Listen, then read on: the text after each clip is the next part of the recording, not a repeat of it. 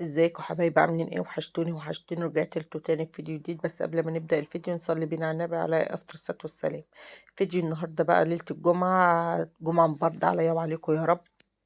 يا رب نهاية الأسبوع يبقى حلو علينا وعليكم. احنا قمنا بقى بدري، اللي نزل يصلي يصلي، واحنا قمنا ولعنا القرآن كده وقلنا نبدأ اليوم من أوله. هبدأ معاكم اليوم من أول ما صحيت من النوم أهو. ومن أول ما احنا بنصحى من النوم نولع القرآن ونشوف ورانا ايه. بس أنا الشقة سايباها نظيفة من يوم الخميس، الشقة نظيفة ومتروقة ومية مية. يعني هو الروتين ده انا اعمله لكم من الجمعه، بس ما قدرتش انزله لكم يعني يوم الجمعه برضه في نفس الميعاد. بقى مش عارفه، كان كسل مني. مش قادره اسجل، مش عارفه في ايه. قلت بقى ابدا اليوم بقى من اوله. هنا بقى قلت ايه، ولعت القران وقلت اخش على ايه، الم الغسيل الاول عشان احنا عندنا هوا والغسيل هيتم من الحبال يعني. لو مش ما لميتش الغسيل اول باول هقوم الصبح او هقوم سبته لاخر النهار هلاقي الغسيل طار، لان بيطير الهوا شديد عندي وبيطير من الحبال. قلت لا، اقوم المه وانشر بداله واحط بداله طبعا. الغسيل احنا ما بنخلص من الغسيل، الغسيل كتير وكل يوم الغسالة بتغسل مرة واتنين. اللي عنده أطفال عارف كده إن الغسيل بنغسل كتير. وغسيل الشتاء بالذات بيبقى تقيل وبيبقى رخم. يعني غسيل الشتاء بيبقى رخم، هم غيار بيقلعوه بيملى الغسالة عامة يعني. يلا بقى كده، ادوني كلمة حلوة من عندكم واجبروا بخاطرنا ويا رب يكون اسبوع، نهاية الاسبوع حلو علينا، واللي ما عملش حاجة الاسبوع ده يبقى الاسبوع التاني احلى واحلى وعلينا كلنا يا رب. الجمعة دي أصلا المفروض حد ما نعملش أي حاجة فيها، لأن الجمعة دي بتبقى يوم عيد، يوم أجازة. بقى عيالي بيحبوه يوم الجمعة ده عشان بيفطروا فيه فطار حلو. بيقولوا لي قومي بقى طول الأسبوع بقى اللي رايح المدرسة بيجيب حاجة لنفسه هو يفطر لوحده. اللي نفسه كل واحد بيفطر مع نفسه وكل واحد بيفطر اللي على كيفه. أنا ممكن مفطرش خالص يعني عادي، ما مش الفطار مش مهم.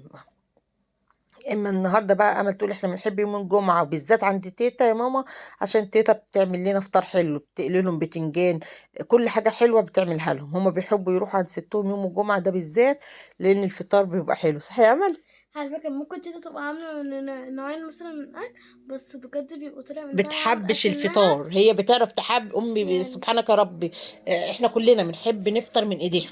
يعني هي حتى لو مش عامله حاجات كتير بس بتحبش لنا الفطار، بتخلي لي نفسي كده. يعني ماما ممكن تبقى عاملة بصي عامله كتير بس الفطار مش بتحبش. مش مش حلو زي بتاعها. مش حلو زي بتاع ماما. ماما ليها فعلا نفس في الفطار حاجة تانية الصراحة. ربنا يخليها لنا يا رب ويديها الصحة ويبارك لنا فيها. قلت بقى اقوم بقى بمناء ان انا قمت بدري بقى كده، اقوم بقى اولع البخور في الشقة وافتح الشبابيك، نخلي بقى نخلي الدنيا فيها هوا وفي طاقة. طاقة كده في الشقة واحنا بايدينا نصنع، احنا اللي بايدينا نصنع، مش بالخروجات. ولا عندنا اكتئاب، عندنا متضايقين مخنوقين بس مش بالخروجات يعني. وفي الزمن في الوقت اللي احنا فيه دي الخروجات بقت تكلف، واللي معاه قرشين عامل عليهم، لان الخروج بيكلف. واللي معاه اطفال في المدارس ربنا يعيننا كلنا يا رب. لا قلنا لا، احنا نطلع الكبت اللي عندنا بطريقتنا. عيالي يولعوا يسمعوا اغاني يرقصوا يهيصوا. الصراحه احنا جددنا النهارده من الاكتئاب، وعيالي فرحوا وانا حسيت بالراحة. براحه. صح يا امل؟ بتغير. لا لا لا، طلعنا الكبت يا امل. كان كان يوم حلو وكل حاجة عملوها. عيالي قاموا يولعوا السماعات وقعدوا يرقصوا البنات، واللي في بيته فيه بنات في فرح. اللي بيته معاه بنت والصبيان برضو، ما أنا يوسف برضو كان بيعمل معاهم في فرح. وسليم.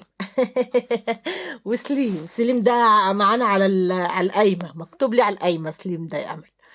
آه آه هم في فرحة البيت، هم اللي بيجددوا الحركة، بيجددوا النشاط بتاع البيت. بيعملوا حاجة كده فعلا، بيعملوا جو جميل الصراحة. لا أنا النهاردة كنت مبسوطة في اليوم، وكنت الواحد كان مكتئب وبتاع، وكتير قالوا لي اخرجي حتى تمشي. بس لا، أنا مش من النوع اللي بحب الخروجات كتير يعني. الجو سقع والجو نتمشى ساقع فين؟ عندنا، ما هنتمشى فين صحيح. لا احنا من غوات قعدة البيت.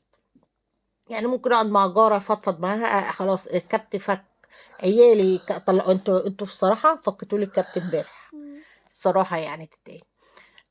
هنا بقى كانش هنا عندي سايبة دنيتي نضيفة طبعا. مطبخي كان نضيف، بس دي كوباية قهوة شربوها الصبح قبل ما ينزلوا يروحوا يصلوا. الدنيا كانت رايقة يعني. رواق شقتك يوم تصحي يوم الجمعة ده ما تعمليش حاجة فيها إلا الأكل، الفطار، غدا مثلا لو هتعملي غدا يومك هيبقى حلو. اليوم الجمعة ده نعتبره يوم عيد بس الايام اللي من غير ما نمسحش فيها دي بس اليوم بيعدي بس السلبي رخم بتفرق، صح. بيبقوا اه يعني. عماله تقول هو اليوم طويل ليه، احنا عشان ما روقناش مع الشقه ايام نضيفه يا دوب كل واحد طبق البطانيه اللي على السرير اللي نايم عليها والصاله زي ما انتم شايفين كانت رايقه، ما عملناش حاجه الصراحه بمعنى اصح. ليه ما انتوا ضيعتوا وقت، ما انتوا ولعتوا اغاني وقعدتوا ترقصوا وتعملوا، ما انتوا ضيعتوا وقت يا عمل. هي نص ساعة ولا ساعة. مش مهم بس فكتوا فيها. اه. بتبقى تقومي تلاقي نفسك رايقة، تبقى هتعملي حبة فطار تفطروا والغدا اللي هتتغديه، وتقعدي بقى طول النهار بقى برنسيسة في بيتك بقى كده. بس أنا قلت اغسل الكوبايات وبعدين اجهز بقى ايه الفطار. هم هيجيبوا لنا الفطار وهم جايين من الصلاة، يعني انا هجهز حاجات وهم هيجيبوا باقي الحاجة وهم جايين من الصلاة. يلا بقى اللي وصل لحد هنا يدينا لايك واللي ما اشتركش في القناة ينزل يشترك في القناة. انت بتتفرجي من غير ما تشتركي ليه؟ لا اشتركي وان شاء الله هيوصلك روتينات. كل جديد. وروتينات هتعجبكم وان شاء الله الواحد بيجدد من نفسه يعني ان شاء الله بإذن الله. هنجدد يعني ادخلي. انا بتكلم كده تلقائي، ما بزوقش الكلام، ما بعرفش ازوق اصلا، انا زي ما انا. بس كده خلصت بقى المواعين بقى نجهز بقى معاكم بقى الايه الفطار. امل قالت لي ماما قشري لنا حمري بطاطس، وبرغم ان باباها جاب بطاطس بس باباها جاب شيبسي، بطاطس شيبسي. رحت قلت كان عندي بطاطس، قلت اما احمرهم لها. البطاطس ديت الجديده جميل حلوه في التحمير يعني مش وحشه، بس مليانه عيبها اللي مليانه طينه، يعني الواحد بعد ما يلاقي فيها طينه يغسلها قبل ما يقشرها. قلت بقى اقشرها كده معاكم بس بجد والله كان الفطار ده روعة. امل كان عاجبها الفطار قوي، مش عايزين يقوموا من على الاكل. قالت لي يا ريت كل يوم يبقى يوم جمعه، لان احنا فعلا لا يا ريت كل يوم يبقى الفطار ده، مش يعني مش مهم يوم ما جمعة. احنا ساعات بنزهق. لا انا بحب الفطار ده. هي امل بنتي من غوات الفطار ومن غوات الطبيخ، بتحب تاكل الطبيخ يعني عامه يعني. ما بتقولش تاكلش لحمه تاكلش حاجات من دي، بس تاكل الطبيخ كده لوحده. بصوا الطينه في البطاطس كتير ازاي. انا بالذات بحب صينية البطاطس. هي بتحب البطاطس عامه يعني. كده بقى هقوم اغسلها، انا كنت قشرت البطاطس هغسلها بقى غسل حلو عشان الطينه ديت رخمه يعني. اغسلها كويس وهخرطها واغسلها تاني برضه عشان لو في طينه كده ولا انا كده تطلع يعني. مش عارفة ايه التعب اللي ماما بتعمله ده، في بطاطس متقشرة في الفريزر، لا لازم ما تقشر. انتوا ما عجبكوش اللي انا جايباها جاهزه. انا جايبه عندي بطاطس كانت جاهزه جايباها من زمان يعني في الفريزر، بس هي قالوا لي لا دي احلى ولسه هتفك وتسيح يا امل. يلا بقى اوكي يا حبيبي ما تقولي. ايه كنا طلعنا بدري. مش مهم بقى، ما هو باباك جه قال لك انت حمرتي ليه، ما انا جايب لكم بطاطس. بس يلا هي امل بس تؤمر واحنا علينا ننفذ. وخلوا بالكم البطاطس ديت عشان جديدة برضو لسه بتتقتم، يعني نخلي بالنا وهي بنقطعها كده لانها فعلا في كام واحدة اتقطمت مني. بس هي طعمها الصراحة جميل، عجبتنا كلنا وعجبت العيال، هي طعمها حلو. يلا بقى اللي وصل لحد البطاطس يصلي بينا على النبي عليه افضل الصلاة والسلام.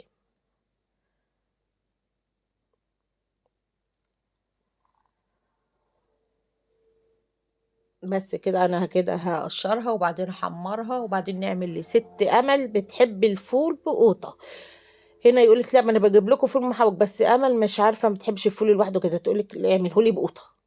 بوطة كده بيبقى ليه طعم تقولك لا أحلى. اعملي لي فول بقوطه، واحنا طبعا عشان ما تغضبلناش على الاكل زي كل مره لازم نعمل فول بقوطه، لان امل من نوع القماصه بتغضب في الاكل يعني ممكن ما تاكلش.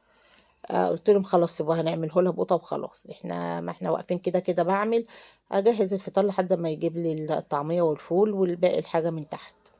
وأروى ده غير الزمن ده احنا مش هنعمل لك في البوطة. اه اروى بتنرفزها، بتعرف تنرفزك ازاي اروى. بس كده حطيت الزيت على النار احنا مش حطيت الزيت على النار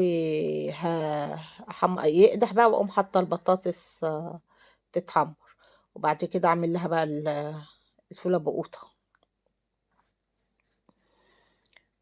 انا كده كنت بجرب واحده واحده بشوفها لا اقولك على طريقه تشوفي الزيت عمل ولا لا. حبه تحط ميه ميه. في ايدك، حبه ميه في ايدك لا ده انت، وتعملي لا كده هطرطش على البوتاجاز وهطرطش على نفسي. طب وعلى ايه؟ طب انا احط بطاطسايه.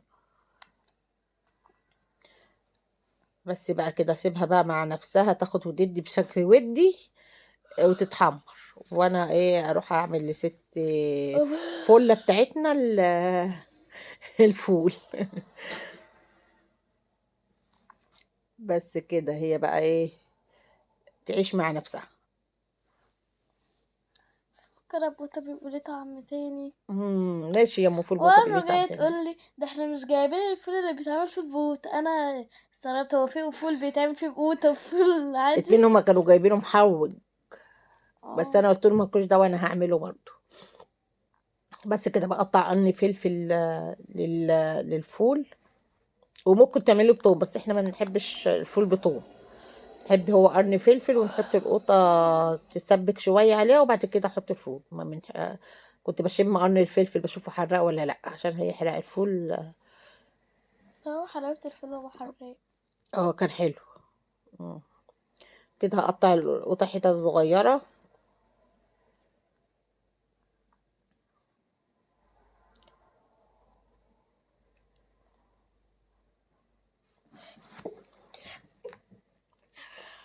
احط بقى ممكن تعملي بسمنة برضو بس احنا بنحبه بزيت، ما بنحبهوش بسمنة. احط على النار بقى يقدح شوية الزيت مع الفلفلاية، وبعدين اقوم حاطة القوطة عليها واسيبها بقى ايه تعيش مع نفسها لحد ما ايه اللي بيصلوا يجيبوا لي باقي الحاجة ويطلعوا يعني.